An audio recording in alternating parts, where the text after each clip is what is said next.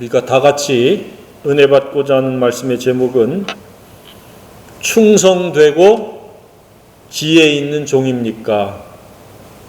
충성되고 지혜 있는 종입니까? 라는 제목으로 예비하신 은혜를 다 함께 나누기를 원합니다. 하루를 일컬어서 아침, 점심, 저녁이라고 이렇게 말을 합니다. 그러나 개개인의 차이에 따라서 그 시간을 어떻게 사용하는지는 천차만별입니다. 그리고 장소와 시간의 차이만 있을 뿐이지 누구든지 잠자리에 들면서 하루를 마무리합니다. 성경은 사람이 살아가는 데 있어서 하루 단위로 살아갈 것을 말씀하고 있습니다. 한낱 괴로움은 그날에 족하니라. 매일매일 살라고 하시는 말씀. 오늘이라 일컫는 동안에 매일, 오늘이 구원받을 만한 때요, 은혜 받을 만한 때요. 너희는 날마다 자기를 부인하고 자기 십자가를 지고 하루 단위로 살아야 될 것에 대한 강조를 받는 곳은 한두 곳이 아닙니다. 왜냐하면 하루는 일생의 축소판입니다. 하루하루가 쌓여서 일생이 되고 일생을 마무리하게 됩니다. 그러면 이 하루라고 하는 이 단위에 있어서 무엇이 가장 우선이요 중요한 것이요 그리고 나를 이끌어가는 것이어야 하는가? 무슨 일이 내가 땀 흘려야 되고 노력해야 되고 애써야 될 것인가? 일이라고 하는 것은 가치관과 인생관을 합해 놓은 것이죠. 그래서 사람들의 일이 천차만별한데 어떤 사람은 올바른 가치관과 올바른 인생관을 가지고 살아갑니다. 그러나 그렇지 않은 사람이 많기 때문에 성경은 제대로 바르게 살 것을 촉구하고 있습니다. 하루하루를 무슨 일 때문에 사용하고 있습니까? 그 하루를 시작하고 하루를 마무리 짓습니까? 그것이 매우 중요한 가치관이요 인생관입니다. 내게 왜 하루는 주어졌는가? 내일은 내게 주어질지 주어지지 아니할지 모릅니다. 그래서 오늘이 처음이자 마지막입니다. 그럼 이 중요한 이 날에 있어서의 채워져야 될 것은 무엇인가? 그리 화려하거나 그리 요란한 것이 아닙니다. 오늘 말씀을 통해서 이러한 하루 동안에 내가 무엇을 위한 하루인가, 하루가 되어야 하는가 깨달아지고 확립되어지기를 주님의 이름으로 축복합니다. 그래서 매일매일을 나는 참 잘 살았다. 오늘 하루 나는 후회할 것이나 흠이나 점이 없이 잘 살았다. 라고 하는 스스로의 그 독백과 감사를 할 수 있기를 바랍니다. 내가 오늘 뭐 했지? 멍 때리고 말았네? 아니, 내가 하지 말아야 될 일을, 될 생각들을 하고 살았네? 라고 하는 게 많아지면 많아질수록 그 인생은 잘못 사는 인생입니다. 매일매일이 잘 사는 매일매일이 되기를 원합니다. 후회할 때는 이미 늦었습니다. 그것을 되돌이킬 수가 없습니다. 이제 우리에게 주어진 남은 인생도 얼마일런지는 우리가 도무지 알 수 없습니다. 그랬을 때에 멀리도 바라봐야 되지만 매일매일을 잘 살기를 바랍니다. 내일 일은 내일 염려하라고 그랬습니다. 내일은 내일입니다. 오늘 내게 주어진 처음이자 마지막 날을 가장 잘 살 수 있는 것이 무엇인가? 잘 살아야 복 있는 미래를 보장받을 수 있습니다. 잘못 사는 사람과 잘 사는 사람하고의 차이가 없으면 잘 살 이유가 뭐가 있겠습니까? 구원받았다라고 해서 안일에 빠지면 그 사람은 낭패를 당할 수밖에 없습니다. 예수 그리스도의 보혈로 의롭다함을 받았으면 그것에 타당하고 합당한 삶을 살아내야 됩니다. 그것이 하나님이 원하시는 의로운 삶입니다. 사람들은 일생에 있어서 죽는 것이 끝이라고 생각하는데 결말이라고 생각하는데 그렇지 않습니다. 새로운 영혼의 시작입니다. 어떻게 살았느냐에 따라서 복이 있는 미래가 되어지고 반대로 화 있는 미래가 될 수 있습니다. 어떻게 해야 잘 사는 것입니까? 어떻게 해야 하루를 가장 유용하게 생산성 있게 효율을 높여서 살 수 있겠습니까? 첫 번째는 내가 무슨 일에 충성할 것인지에 대한 확립이 필요합니다. 둘째는 그 충성한 일을 어떻게 지혜롭게 감당할 것이냐. 한마디로 가치관과 인생관이 제대로 확립이 되라는 이야기입니다. 그것을 우리 주님은 충성되고 지혜 있는 이라고 말씀을 하고 있습니다. 언제요? 예수님이 오실 때가 가까운 이때에 특별히 요구되어지는 우리 각자의 자질이 있다면 그것은 충성과 지혜라는 거예요. 하루가 충성스러워야 되고 지혜로워야 된다는 사실입니다. 그런 생애이기를 주님의 이름으로 축복합니다. 충성과 거리가 멀다? 지혜하고 무관한 어리석음이다?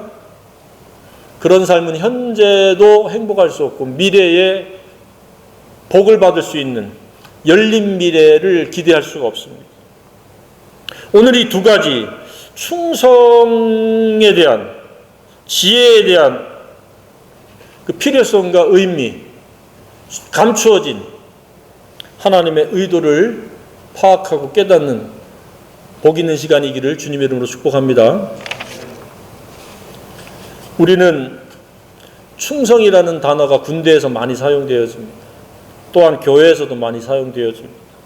그런데 이 충성이라는 것은 활발한 활동에 이렇게 비중을 두고 생각하는 경우가 있습니다.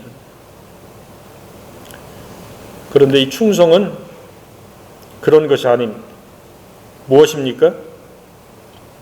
예수 그리스도의 재림을 기쁘게 소망하는 태도가 충성입니다.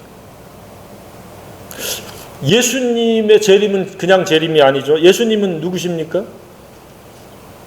하나님께서 보내신 사랑입니다. 하나님이 세상을 이처럼 사랑하사 독생자를 주셨으니 독생자는 무엇이에요? 하나님이 보내신 사랑입니다.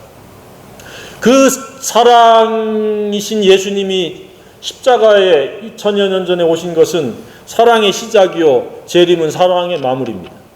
사랑의 완성입니다. 그러니까 예수님에 대한 그 재림, 그 소망은 그냥 소망이 아니라 충성된 마음입니다. 그 마음이 변치 않고 한결같이 이루어지는 게 충성이라고 오늘 본문을 말씀하고 있습니다. 충성에 대한 바른 이해가 있기를 바랍니다. 주님에 대한 사랑이 한결같습니까? 왜? 재림 때가 되면 주님 외에 눈에 띄는 것들, 마음을 미혹할 만한 것들, 사랑하고 싶어 할 만한 대상들이 너무 많다는 거예요. 특히 이성 간에 젊을 때는 이성의 사랑에 눈이 멀 수 있다는 이야기입니다. 그래서 시집가고 장가가고 먹고 마시고 가장 먼저가 먹고 마시는 겁니다. 우리의 식욕을 자극할 만한 음식들이 무수히 넘쳐납니다. 먹거리가 해결되어지고 나면 그 다음에 남녀의 에로스적인 육체적인 사랑입니다. 여기서 시집가고 장가가는 게 잘못됐다는 게 아닙니다. 관심의 초점이 사람 중심이 되어졌다는 이야기입니다. 예수 그리스도와 그 사랑이 아니라 먹는 것과 사람이 살아가는 데 있어서 가정을 이루고 사람이 독립하는 것은 보기가 나쁘니까 함께 가정을 이루는 것은 하나님의 뜻입니다. 그런데 그것 자체가 목적이 되어진다는 것. 그것은 예수님을 맞이할 두 사람의 협력된 소망이 돼야 되는데 재림의 관심은 딱 끊어버리고 그냥 결혼, 먹고 마시는. 그래서 오늘 본문은 무화과 나무의 이 비유를 배우라. 무화과 나무의 비유는 무엇이에요? 무화과 나무는 이스라엘이요, 그 잎사귀는 이스라엘의 독립입니다. 1948년 5월 14일 이스라엘은 독립을 했습니다. 뭐예요? 무화과 나무에 잎사귀가 피었습니다. 카운트다운이 시작됐어요. 뭐가요? 예수님의 오실 때. 이미 70여 년 전에 카운트다운은 시작됐습니다. 그 예수님에 대해서 마음들이 흐트러지고 나눠지고 우선순위가 뒤바뀌니까 충성된 마음을 가져라. 에베소 교 다음에 버가모 교회는 어떠한 것을 예수님이 말씀하셨어요? 죽도록 충성하라. 죽을지언정 그 주님에 대한 사랑을 변치 말라. 주님에 대한 사랑이 변치 않기를 주님의 이름으로 축복합니다. 사탄이 뒤흔들고 있습니다. 사랑에서부터 이탈시키고 사랑을 상실시키고 사랑이 없도록 만들려고 온갖 수단을 다 쓰는데 그게 세상에 넘쳐나는 게임도 있고 뭐 스크린도 있고 스피드도 있고 스포츠도 있고 쾌락, 보는 것, 듣는 것, 갖는 것.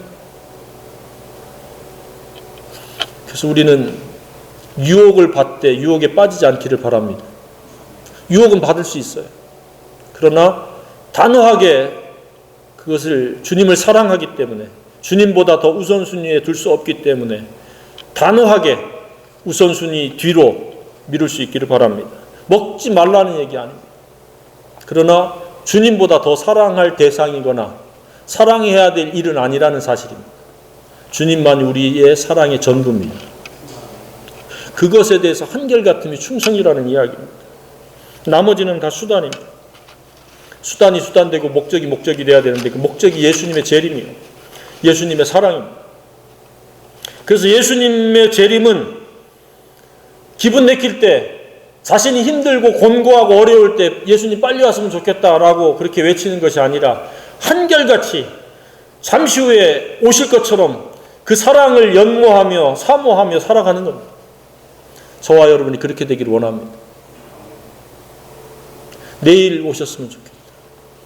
그래서 몇 년 전부터 빨리 내 주변에 있는 불필요한 것들을 다 버리고 싶은데 잘 행동으로 되지 않습니다. 홀홀 그냥 다 버려두고 떠나도 될 만한 그러한 환경과 여건을 만들어 놓고 살고 싶은 생각이 가득합니다. 트렁크 한두 개만 있으면 되겠다. 책도 어마어마하게 많은데 책도 다 싸가지고 줄 사람 주고 나눌 사람 나누고 그런 마음이 가득합니다. 재림은 우리에게 있어서의 가장 중요한 이슈요. 미래에 일어날 일입니다. 그 일은 사랑을 완성시키고자 하는 하나님의 계획하시며 의도하시며 섭리하시며 경영하시며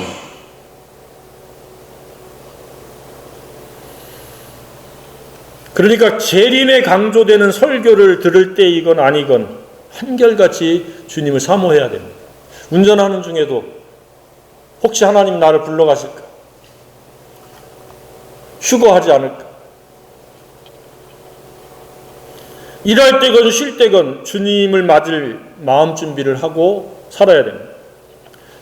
주 안에서 교제를 할 때건 혼자 있을 때건 예수님을 생각하고 떠올리고 그분의 사랑을 생각할 수 있어야 됩니다. 두 번째는 무엇이 하루 동안에 필요하다고 말씀을 하고 있습니까? 지혜 있는 종이 되라는 이야기입니다. 지혜. 충성과 지혜가 하나처럼 포함되어야 한다는 겁니다. 그래서 충성되고 지혜 있는 종이 되어 45절에 주인에게 그 집 사람들을 맡아 때를 따라 양식을 나눠줄 자가 누구냐. 지혜는 무엇입니까? 그 반대인 미련은 또 무엇입니까? 스스로 생각할 때 어느 쪽인 것 같습니까? 지혜자입니까? 미련한 자입니까? 성경은 계속 이 두 부류를 반복해서 말씀하고 있습니다. 내 말을 듣고 행하는 자라야 지혜로운 자요 반석 위에 그 집을 지은 자와 같다. 내 말을 듣고 행치 아니하는 자는 미련한 자요 자기 집을 모래 위에 지은 어리석은 사람 같다. 무엇이에요?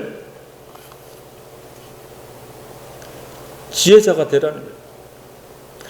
여기서 동일한 것은, 말씀을 들은 것은 동일해요. 그러나 한 사람은 순종하고 한 사람은 불순종했습니다. 오늘 이 본문에서도 충성되고 지혜 있는 종은 잘 준비해서 살아가는데, 악한 종은 자기의 주관적인 생각을 앞세워서 주님은 더디 오실 거야 라고 하면서 알코올에 의존하면서 자기의 그 영적인 동료들을 갖다가 핍박합니다.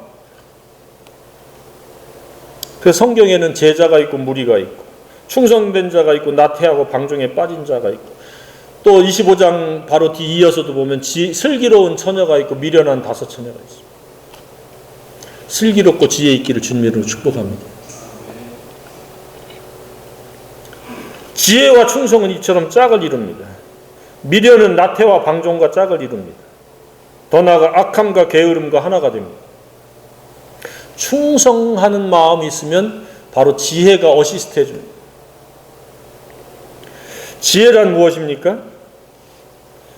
예수님의 그 재림, 사랑의 주님에 대한 그 소망을 뒷받침할 수 있는 태도요 자세입니다. 그 첫 번째는 무엇입니까?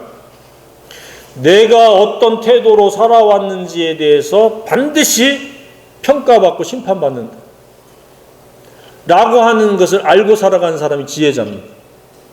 그런 지혜가 있기를 바랍니다. 여기에서 그때 2 사람이 밭에 있음에 한 사람은 데려가고 한 사람은 버려둠을 당할 것이요. 근데 이 번역을 잘못해서 한 사람은 둘 것이요 이렇게 번역을 해야 되는데, 그러니까 버려둠을 당하는 사람이 잘못한 사람처럼 보이는데, 한 사람을 데리고 간다는 게 심판하러 데려가는 겁니다. 잘못 사는 사람.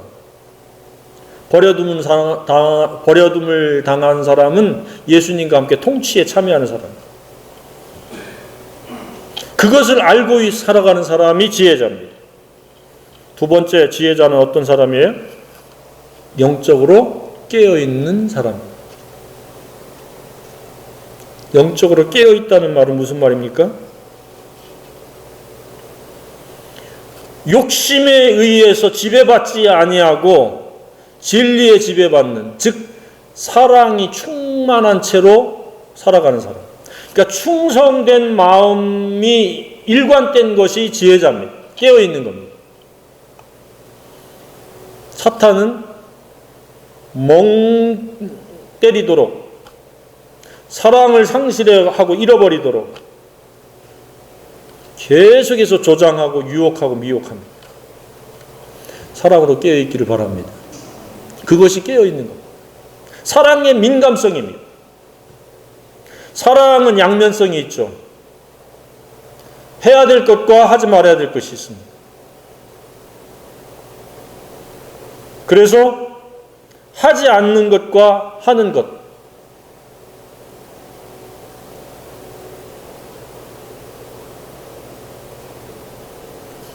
그것으로 사랑을 행합니다. 주님 사랑이 가장 중요하고 우선이기 때문에 달리 다른 것들을 생각하지 않는 상태입니다. 앞서 언급했듯이 세상에 미련을 두지 않고 언제든지 사랑의 주님과 혼인잔치에 들어갈 수 있는 그런 준비된 마음, 그런 상태입니다. 세상의 현상이나 풍조에 미혹되지 않는 겁니다.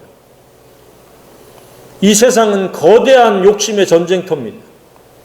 그리고 그것에 편승하지 않으면 뭔가 뒤처질 것 같은 그러한 두려움을 느끼는데 담대하길 바랍니다. 사랑이 있으면 두려움을 내어 쫓는다고 말씀하고 있습니다. 사랑이 사라지면 두려움이 자리를 차지합니다. 주님 사랑하는 것으로 만족하고 감사하고 기뻐하고 즐거워하고 행복할 수 있기를 주님의 이름으로 축복합니다. 사랑이면 충분하다라고 하는 고백을 수시로 무시로 할 수 있기를 바랍니다. 그 다음에 이제 주신 것을 감사하게 먹고 주신 것을 입고 주신 것을 즐기는 겁니다. 3 번째는 무엇입니까? 지혜 있다라는 것의 의미는 허락하신 인간관계를 맺은 사람들에게 영의 양식을 때를 따라 나누어 줄 수 있는 자가 지혜 있는 종이라는 사실입니다. 진리의 공유. 그래서 너희들은 사랑이 필요한 사람이야 라고 하는 것도 때를 따라 양식을 나눠주는 사람이야. 때로는 사랑을 상실한 것 같으면 너는 사랑 회복이 필요해. 너는 지금 사랑의 길에서 이탈돼서 욕심의 길을 가고 있어. 정신 못 차리고 있어. 돌이켜야 돼. 라고 시시각각 그 사람에게 맞는 영적인 말씀, 영의 양식, 그건 진리의 말씀입니다. 진리는 그 사랑입니다. 거의 모든 인생의 문제는 이 진리로부터의 이탈입니다. 여러분들 가까이에 그런 사람들이 무지기수로 많습니다. 침묵하는 것은 악에 동조하는 것입니다. 그래서 듣든지 아니 듣든지 이야기를 해야 됩니다. 사랑의 이탈은 죄와 사망이야. 왜냐? 욕심이 이끄는 삶이니까. 욕심이 잉태한 즉 죄를 낳고 죄가 장성한 즉 사망을 낳느니라. 그러면 우리는 죄와 사망이 아니면 무엇이 이끄는 삶을 살아야 됩니까? 진리입니다. 진리는 사랑입니다. 사랑은 무엇을 낳아요? 사랑은 사랑을 낳고 사랑은 하나님 영광을 낳습니다. 그래서 사랑을 알게 하는 것, 계속 사랑으로 살게 하는 것, 사랑을 실천하도록 권면하는 것, 이게 영적인 양식을 나누어주는 목적입니다. 그리고 우리 자신들도 영의 양식을 지속적으로 때를 따라 먹어야 됩니다. 육체를 보존하기 위해서 삼시세끼를 먹으면서 영의 양식을 위해서는, 영혼의 건강을 위해서는 우리가 등한히 한다면 대단히 이율배반적인 사람일 수밖에 없습니다. 전혀 그렇지 않은, 전혀 이율배반적이지 않은 삶을 살기를 주님의 이름으로 축복합니다. 말씀을 먹어야 됩니다. 말씀이 들어가야 하나님은 사랑이시다. 예수 그리스도는 사랑이신 하나님이 보내신 사랑이시다. 라는 게 마음에 감각되어지고 활성화가 되어서 안 읽으면 욕심이 어느새 왕노릇하고 사탄의 DNA가 나를 주장하는 것. 그래서 욕심을 부리고 그래서 시기하고 미워하고 질투하고 비교의식과 열등감과 우월감에 빠지고 위선하게 돼요. 지혜자이기를 바랍니다. 그래서 이러한 충성되고 지혜 있는 종에게는 무엇이 있어요? 주인이 올 때 그 종이 이렇게 하는 것을 보면 그 종이 복이 있으리로다. 어떤 복이에요? 구체적으로 예수님의 모든 소유를 그에게 맡기리라. 선한 청지기로서 통치에 참여한다는 사실입니다. 10고을, 5고을, 2고을 왕노릇 한다는 이야기입니다. 그러한 미래를 꿈꿀 수 있기를 바랍니다. 현실에 근시안적으로 먹고 사는 것에 너무 연연해가지고 가장 중요한 사랑과 사랑 실천을 잃어버려서는 아니 될 줄로 믿습니다. 주님이 오실 때에 착하고 충성된 동안 너희가 참 잘했도다. 그렇게 칭찬과 선한 청지기로서 위임받는 그런 저와 여러분이기를 원합니다. 반면에 충성되지 못하고 미련한 악한 종은 어떻게 됩니까? 자기 멋대로 살잖아요. 그 마음에 생각하기를. 그러니까 자기 마음의 생각이 주도하도록 이 사람은 영성 관리를 못한 거예요. 깨어있지 못하고 준비되어 있지 않았어요. 그리고 하나님의 말씀에 의해서 살지 않았어요. 그래서 동료들을 때리고 술 친구들과 더불어. 그러니까 행복하지 못하니까 알코올을 의존했던 거예요. 주님을 사랑하면 행복해집니다. 그런데 행복하지 못하니까 알코올 의존을 했던 거예요. 먹고 마시고 그렇게 살아가는 거예요. 그랬을 때 주님이 그를 다루시는데 어떻게 다루셔요? 엄히 때리고로 번역되어 있는데 사정없이 때리고. 위선하는 자가 받는 벌에 처하리니 거기서 슬피 울며 이를 갈리라. 거기서 이제 후회하는 거예요. 아, 내가 왜 그날 그때 그렇게 살았을까? 왜 내가 회개하고 돌이키고 충성되고 지혜 있게 살지 못했을까? 때는 늦었습니다. 그래서 후회가 남는 생애가 되지 않기를 바랍니다. 주인이라고 하는, 예수님이라고 하는 분은 알고 있었지만 더디 올 것이라고 예단을 한 겁니다. 설마 내일 오겠어? 모레 오겠어? 내 생애 속에서 오겠어? 그렇지 않습니다. 독립한 이후로는 언제 오실지 아무도 몰라요. 천사도 모르고 아무도 몰라요. 그러나 항상 코앞에 있다는 것만은 확실합니다. 그래서 주님이 깨어 있어라, 준비하고 있어라, 때를 따라 양식을 나눠줄 수 있는 영성의 사람이 되라, 경건의 사람이 되라 그랬는데 그렇게 못한 거예요. 그래서 그냥 이 사람은 나쁜 것이 아니라 악하다고 말씀하고 있습니다. 그 악한 종이라고.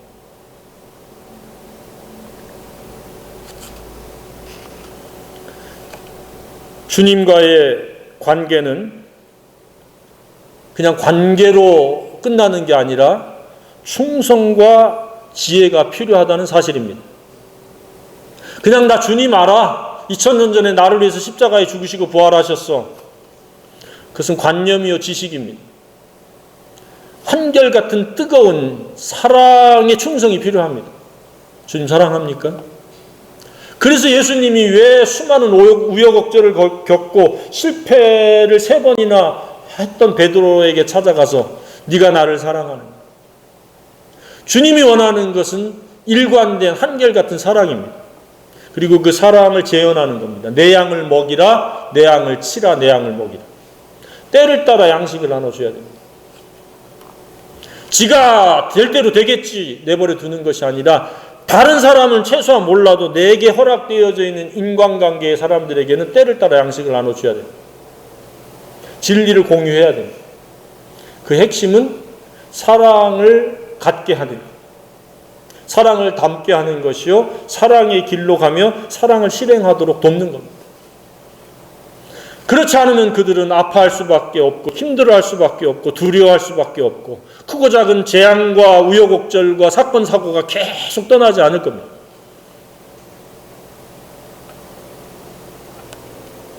우리는 잘못 살아서 악한이라는 수식이 붙는 사람이 되어서는 아니 될 줄로 생각합니다. 예수 그리스도의 신실한 종이요, 제자요, 충성되고 지혜 있는 마음의 사람이 되어야 됩니다. 미래의 행복한 청지기로 위임받을 수 있어야 됩니다. 주님이 문 앞에 다가섰습니다. 맞이할 준비, 깨어있는 영성이 필요합니다. 매맞을 자는 아무도 없기를 주님의 이름으로 축복합니다. 엄히 때리는 그 대상이 된다는 것은 참으로 슬픈 일이 아닐 수 없습니다. 우리는 깨어있는 영성, 잘 준비하고 그리고 한결같이 흔들림이 없이 견고한 사랑으로 결합되어 있는, 비록 얼굴과 얼굴은 볼 수 없을지라도 마음으로는 사랑으로 하나가 된 그런 생애, 그리고 이것에 대한 중요성을 때를 따라 내 주변의 사람들에게 나눠줄 수 있는 저와 여러분이기를 원합니다.